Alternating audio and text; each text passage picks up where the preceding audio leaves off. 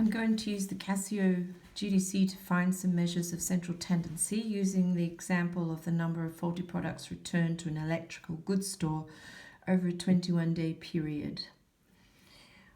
So let's get started. I'm going to go to the menu and choose Stat.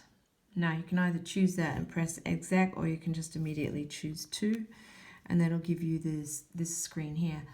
Now you'll notice that we've got lots and lots of different lists. Now the amazing thing about the Casio is it has so many list availables, 26 lists, but it also has folders, so it has files of lists. So if you get lost and you can't find your list, it could be that you're in a different file. Now the way to check that is to go to Setup. See here, it says Setup. So I'm just going to double check, and here it says File 1, so I'm safe. Okay, so going back to the list. Now say you've got something already in your list and you want to delete that. You can delete it one at a time, which is a pain, or go to this arrow, so press F6, and then you see here this is delete, and this is delete all. So press F4 and say, do I want to delete this list? Obviously, yes, I do. So F1. Now I'm clear. So now I can enter the data. When you enter the data, you press the number followed by the execute, this key here, the blue key, which is your enter basically.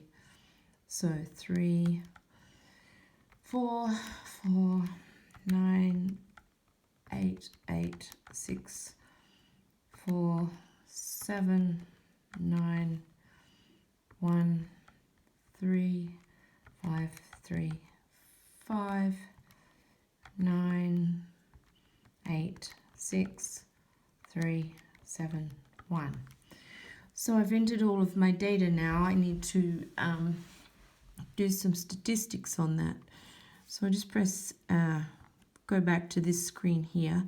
You see how you've got this arrow there? It sort of scrolls through different instructions. So if you've lost it, just press this again. Now here is the graph function and here's the calculate function, and I'm going to go straight to calculate the measures of central tendency. So when I see that there, I press F2. Now what I need to do is I actually need the first, it's just a one variance test, okay? I'm just doing one set of data. So I just press that, and immediately I have lots of different things, information about that list. And this arrow means that I can scroll down and see more than just this available information by scrolling down like this. Let's go back to the top and figure out what all this means. This X with the bar on top is your mean. Okay, so that's the mean here. I'll just zoom in a bit here. That's the mean. Now this N is 21.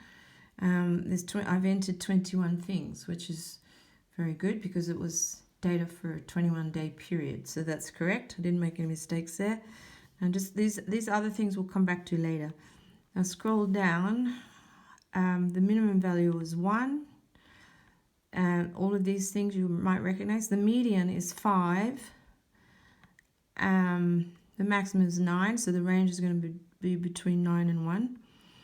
Mode is 3. Now, what does that mean, the mode? Well, this is mode is 3, N is 1. That means there's one mode, and F is 4. That's the frequency. Remember that the mode is the value that occurs the most. So the mode of 3 occurred 4 times. If I was to put that list in order, you would see that. So you've got all that information there that you need, all in one screenshot. Okay, and that's how you do your measures of central tendency.